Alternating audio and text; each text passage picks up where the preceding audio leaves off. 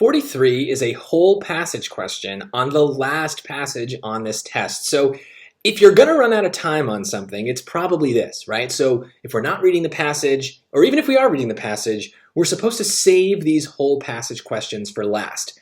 Let's get more information from all the other questions before we start answering this one about the main idea of the whole passage. So that means if time is running short, this is the one you might just need to randomly guess on. Make sure you randomly guess. Do not leave it blank. But I want to show you a way to kind of get something like this very, very quickly, or at least to increase your odds of getting it very quickly in a pinch if you're running out of time. So they're talking about, okay, it's written from whose point of view. So this isn't even a summary. This is just like what's the tone, right? Like who's talking to us here. So one of the most important things to do, whether you read the passage or not, is read the blurb. The little blurb at the front sometimes gives valuable information. Sometimes the title of the passage can help you, but in this case, it's actually the more like copyright information that helps us. This passage is adapted from Kevin Bullis, What Tech is Next for the Solar Industry? Copyright 2013 by MIT Technology Review. That sounds pretty fancy. So if I go to my choices for number 43 now, MIT Technology Review, it's probably not a consumer. MIT is like a big university, and it's a journal. They're talking in very academic terms here. So a consumer is not going to be writing in the MIT Technology Review. It's also not going to be a hobbyist, and we might have trouble with that word, but hopefully you know the word hobby. A hobby is something you kind of just do for fun. So a hobbyist is someone who's just looking at solar panels for fun. I don't know if that kind of thing exists, but it doesn't really match with what we have, what would be published in a leading academic journal. So that doesn't quite work. But B and C would, right? A scientist might write in the MIT Tech Review. A journalist might do that. So those two things are experts. That is who we would expect to be writing in a magazine like this. So that at least gives us a 50-50 shot.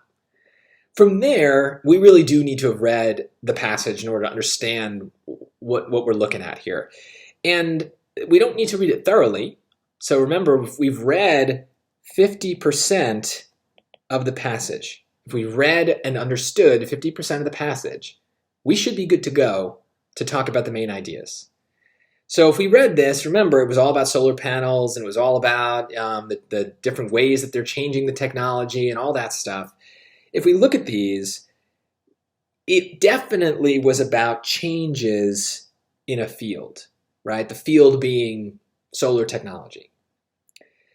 B, though, competing research methods is a very strong phrase.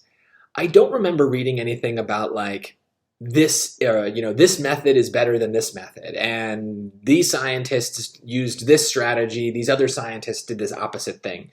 There's no like conflict, and competing kind of suggests the idea of there being some conflict, different scientists doing different things.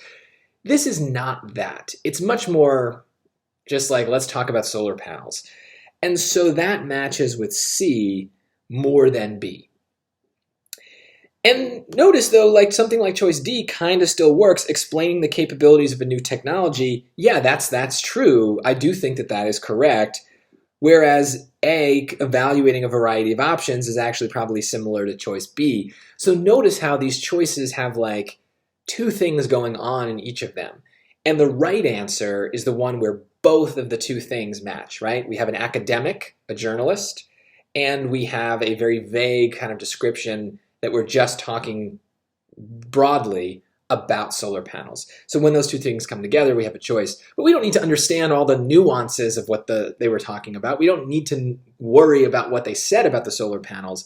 I just get this from reading a little of the passage and trusting that 50% is enough to understand these main ideas.